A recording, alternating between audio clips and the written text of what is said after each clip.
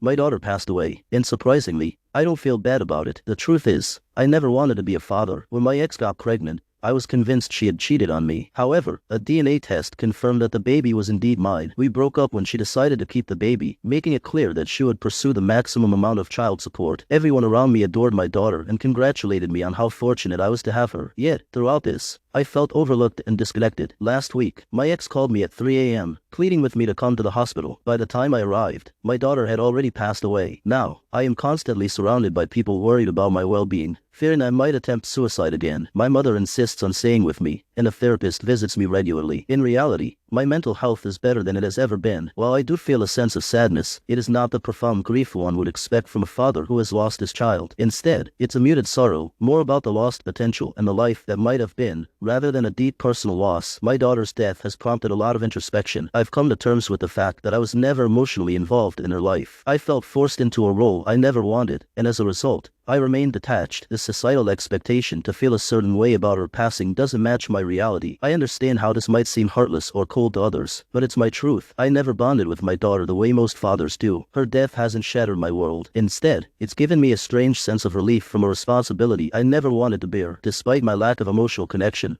I do mourn the loss in my own way. I grieve for her potential, for the life she will never live. I reflect on what could have been different, though I know that dwelling on these thoughts won't change anything. In the days following her death, the constant attention from family and friends has been overwhelming. They are all well-meaning, but they don't understand my perspective. They expect to see me broken and devastated, and their concern stems from their own assumptions about how I should feel. I've accepted the therapist visits and my mother's insistence on staying with me because it seems to reassure them, but I often find myself wishing for solitude to process everything on my own terms. The irony is that my mental health feels more stable now than it has in years. The pressure of pretending to be a devoted father is gone, and with it, a significant source of stress. I continue to navigate this complex emotional landscape, trying to be honest with myself and those around me. I realize that my feelings, or lack thereof, might make people uncomfortable, but I can't force emotions that aren't there. Instead, I focus on finding peace with my reality and moving forward in a way that feels authentic to me. Life will go on, and I will carry the memory of my daughter with me, even if it is not in the traditional sense. My path is different, and that's something I have to accept. In the end, all I can do is be true to myself and hope that those who care about me will understand, even if they can't fully relate to my experience. As the days turn into weeks, I find myself slowly establishing a new routine. My mom eventually returns to her own home, reassured that I am not a danger to myself. The therapist continues to visit, and while our session started because of others' concerns, I find them unexpectedly helpful. It's a space where I can articulate my feelings without judgment, where I can explore my own sense of loss and relief. Work becomes a refuge, a place where I can immerse myself in tasks and projects that demand my attention and keep my mind occupied. My colleagues, aware of my situation, offer their condolences but respect my space, understanding that I need normalcy more than sympathy. There are moments of clarity where I realize that my daughter's brief existence, though fraught with complexities, has shaped me in ways I didn't anticipate. I've learned about my own capacity for honesty and self-acceptance. I've understood the importance of living a life that aligns with one's own values and truths, rather than societal expectations. In time,